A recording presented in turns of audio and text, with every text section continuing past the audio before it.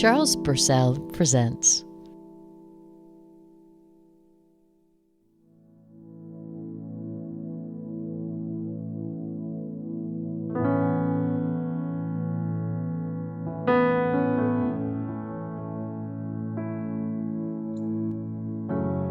He had flown in the night before, quickly to his room, and went to bed. The next morning, it was snowing. Looking out the window, he noticed a figure grasping the side of a trolley car, moving quickly down the street, followed by two men in a Maserati. It was his old friend, Walter Johnson, hanging on for what seemed like dear life to the cable. The cable car snaked its way through the city. The automobiles roared. The city was alive with energy of the machines that man has made. He swung forward. With his feet, pushed himself back over the Maserati and fell crashing on top of the roof. The passenger on the right side shoved himself out of the car and pointed a gun at Walter, who stared for a second before he spun himself atop the roof and knocked the gun from the other's hand.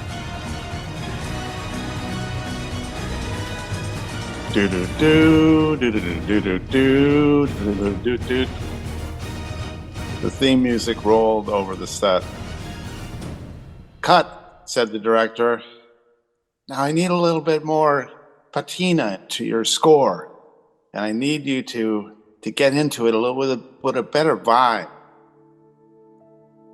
The whole crew breathed a sigh of relief that the movie wouldn't have to really have all these aliens crawling all over the place. And Walter needed to be refreshed. His makeup was starting to drip under the hot lamps. Back at the hotel, he showered and shaved and dressed, hoping he might run into Walter, for they hadn't seen each other since their school days. And it was an amazing sight for him to see Walter grasping the cable, Walter being filmed, Walter now a star of film.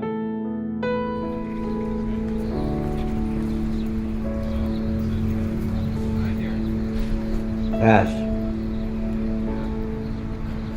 Yeah, it was a movie pass.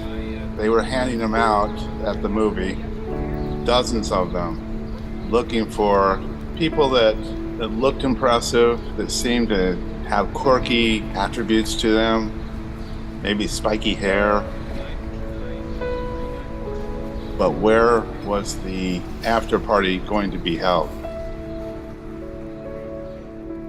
Gretchen didn't want it at her house. Being the makeup lady for some unknown reason, this particular director had her always, after every film they made, every moment they had to have a snack or anything, she was in charge to do that. It was a mess and she was very pissed off. But Gretchen had ideas. She decided to have the entire affair catered by Fresh Brew Coffee, where they had the best Ben Ma in the neighborhood. She was sure the party would be a hit with such treats. She told the director that everything would be all right. They got to the party. Some people were on gummy bears. Other people were drinking the coffee. I sat in a corner with a cup of Darjeeling tea steeped for exactly 2 minutes and with a little bit of honey and some milk. I looked up and saw a troupe of 10 dancing girls from the ballet coming in after their show. They swept in stage right and danced around the cameraman, laughing at the director. It was a real pickup to see them all dancing and bringing in little treats.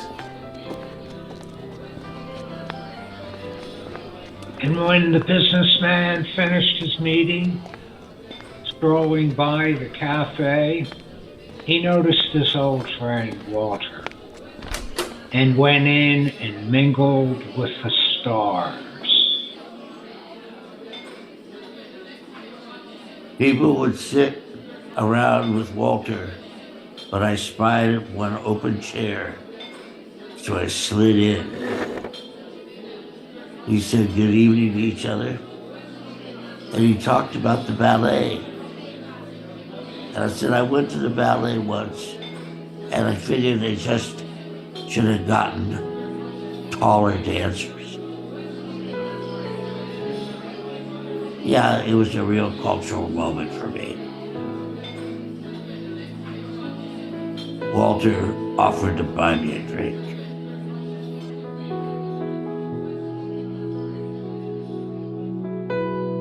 Walter doesn't come around here much anymore. In his heyday, he knew everyone and everyone knew who he was. They may not have known him personally, although they wanted to.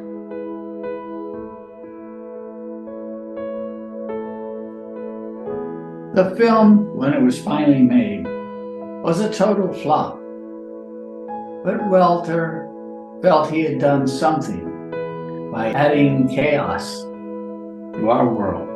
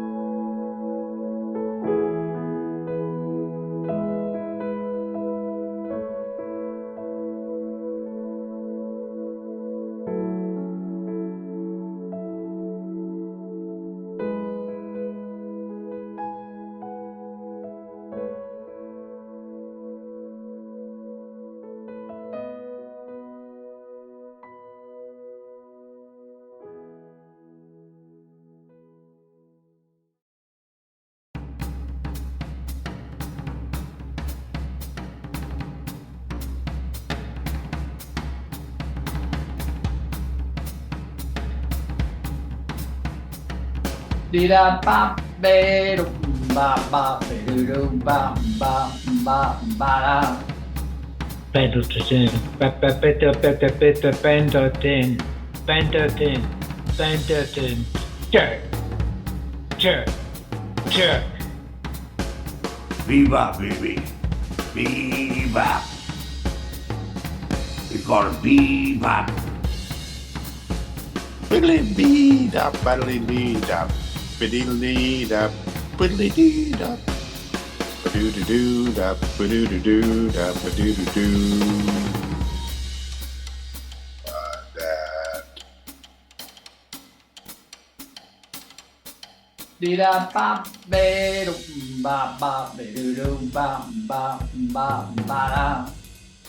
Pendleton, Pendleton, Pendleton, Pendleton, jerk. Pendleton, Pendleton, Pendleton, Pendleton, jerk, jerk. We call it bebop. Bebop, baby. Biddly-dee-dop, biddly-dee-dop, biddly-dee-dop, Call it bebop.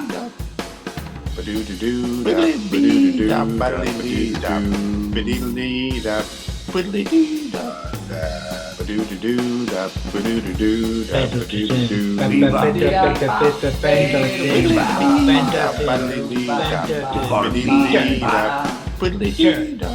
jerk. biddly-dee-dop, ba-doo-doo-doo-dop, Jerk. Call it bebop.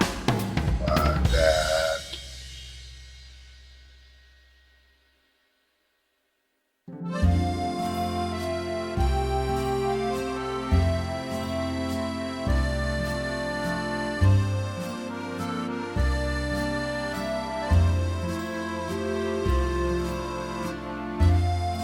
slick Parisian streets shining in the sun with a warmth that the only city could give. They slipped down to the Seine River looking for a ferry boat to get down the river towards the coast. And luckily, they found one on Ile de Saint-Louis.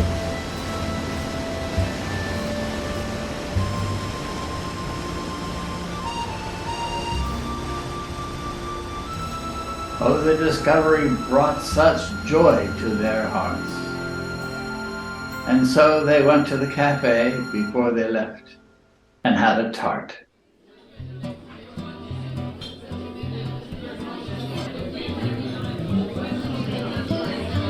Gypsy dancers flew about the club, some suspended from the ceiling like trapeze artists. The girl with the goat was most beautiful and clever as she walked amongst the diners, sniffing at their espressos and lattes.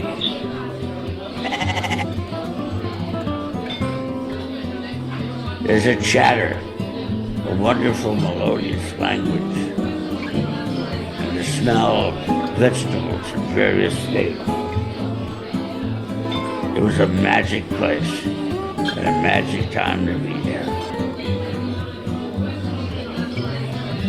Let's go to the hot club tonight, said Etienne to his girlfriend.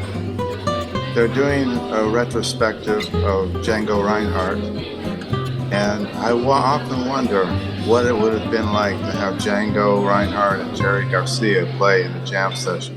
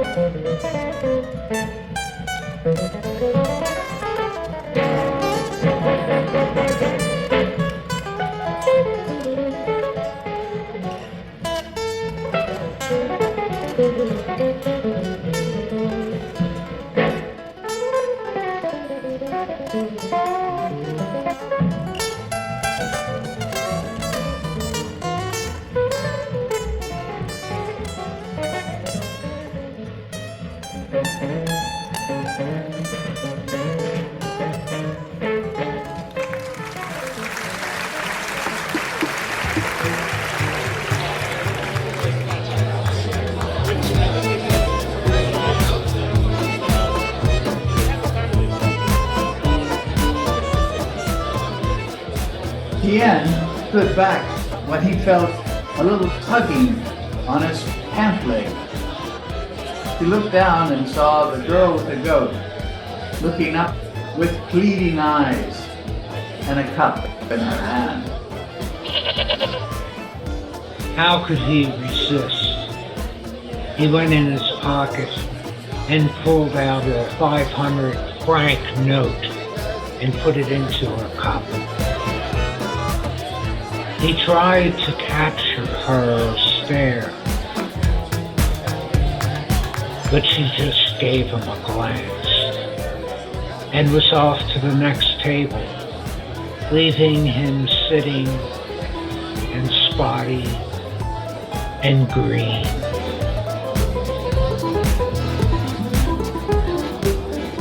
Who can resist the girl and the goat?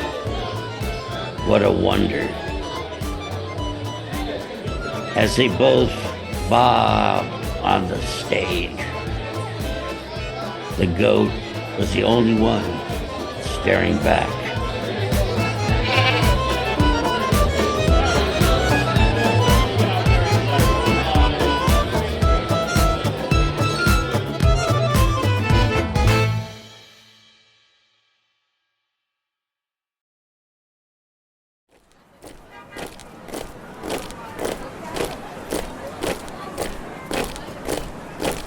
They were in Germany, in Berlin.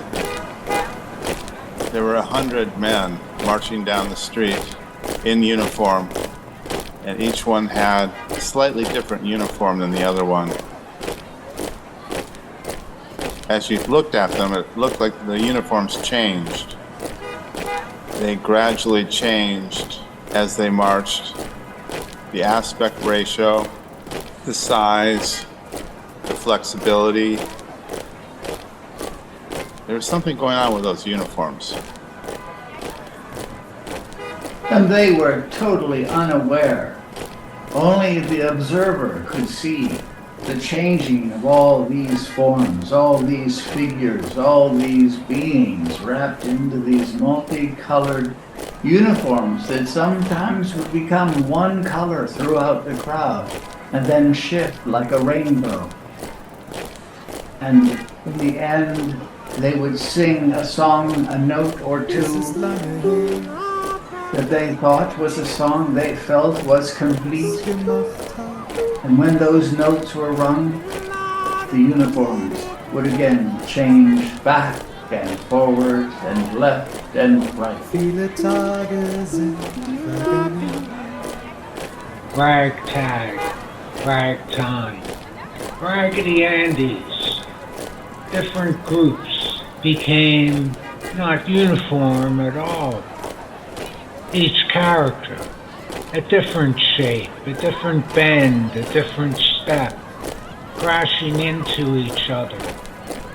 The people on the sidewalks began to laugh and cheer and throw burning bushes into the marchers' high-stepping revelry.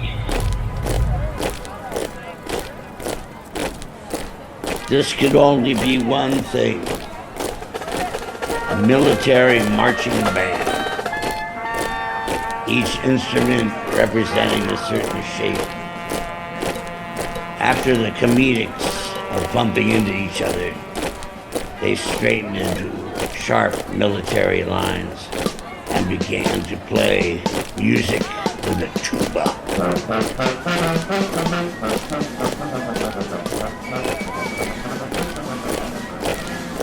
The real stuff. We were in Germany, but the strains of the music was like John Philip Sousa. Trombones, tubas, trumpets, and clarinets. Still, it was in the year of 2023, a long ways away from the 60s in the United States. And the music had a characteristic of dubstep. And the formations also molded, melded, spun around into different shapes. It was like a different language, a Babel 17 of languages, so to speak. The crowd began to move in spirals and spilled over into the parade. The parodiers began to split off into splinter groups and marched towards the Rhine, forming into a V, cascading into its waters, cheering, spiraling crowds behind them, laughing, cheering, having beers.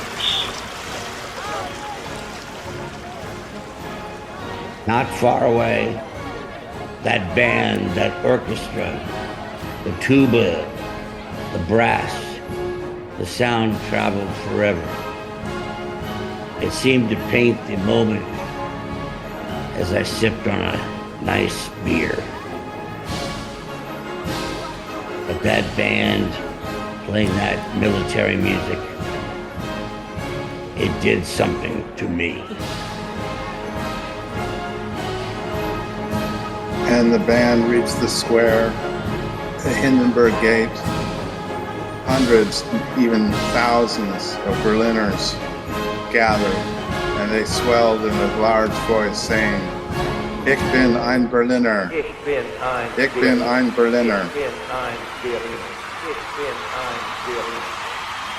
It was a ruckus noise that grew louder and louder. Above the square, the pigeons flew in wild circles, and the mass of the pigeons began to get so large that even the clouds were disturbed in their slow pace across the sky. Baron von Oberlichten took the stage and posed, looking upward, sideways and downward, addressing the crowd with great gesticulation. Auf 15 Gurkenmeter Kirche ist auch wieder dabei. Zwischen Gurken und Hanfeld. And they all began to sing that old sweet song, Give My Regards to Liebenstrasse. Do you happen to know how to spell Liebenstrasse? Well, I just replied, you spell it like it sounds. The wind blew over the beautiful German countryside. No matter how bad the history might be, a terribly interesting place made of people, and people were probably pretty good. You have to hope for the best. It's a new world for us Americans, but Germany, there's a certain thing about it. What I like is Austria.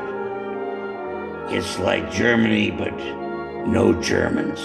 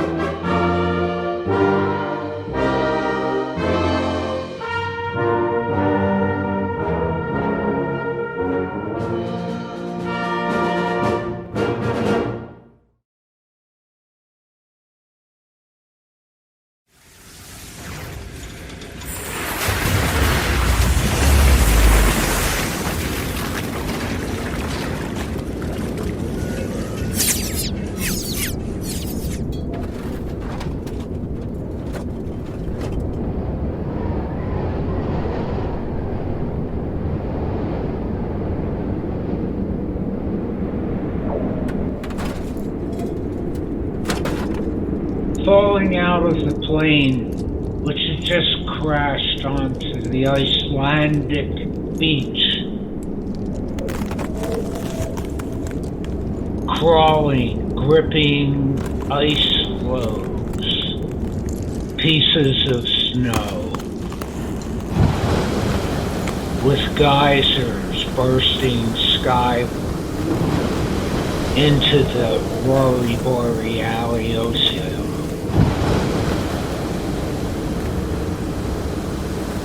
A rocky coast, ancient stones, people falling from the sky, debris spread over a large area, sounds of survivors.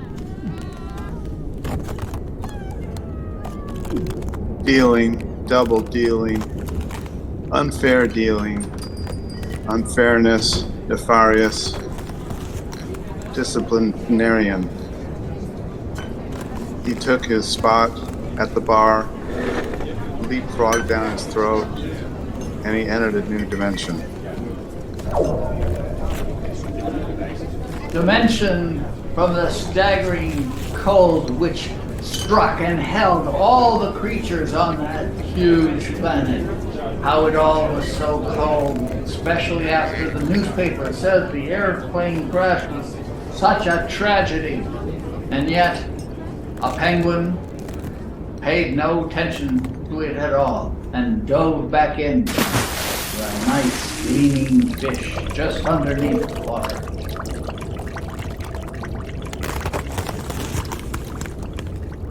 He decided to go back to the plane, what was left of it, and tried to build from broken parts, seats, bits of luggage, some kind of shelter.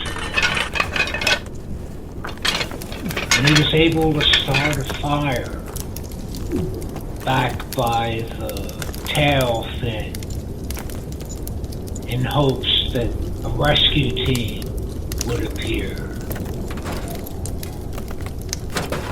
He walked through the rubble, hoping to find other survivors, but it seemed like he was the only one.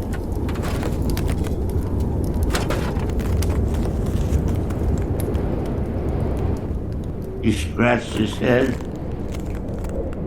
thinking one thought: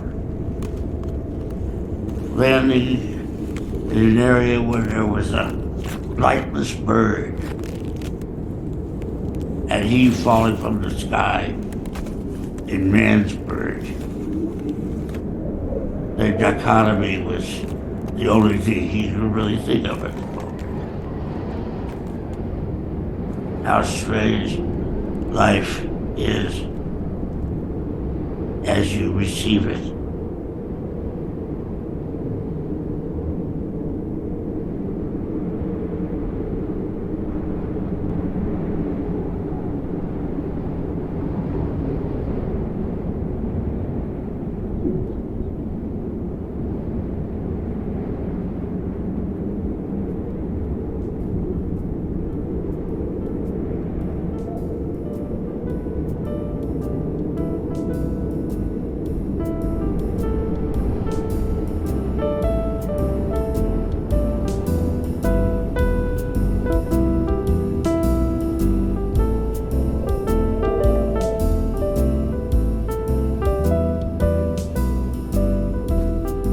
Spoken word, improvised and performed by the Wednesday Afternoon Collective.